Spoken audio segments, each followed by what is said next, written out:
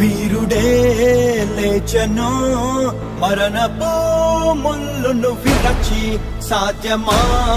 మంటికి ప్రభువునే ఉంచను అనచి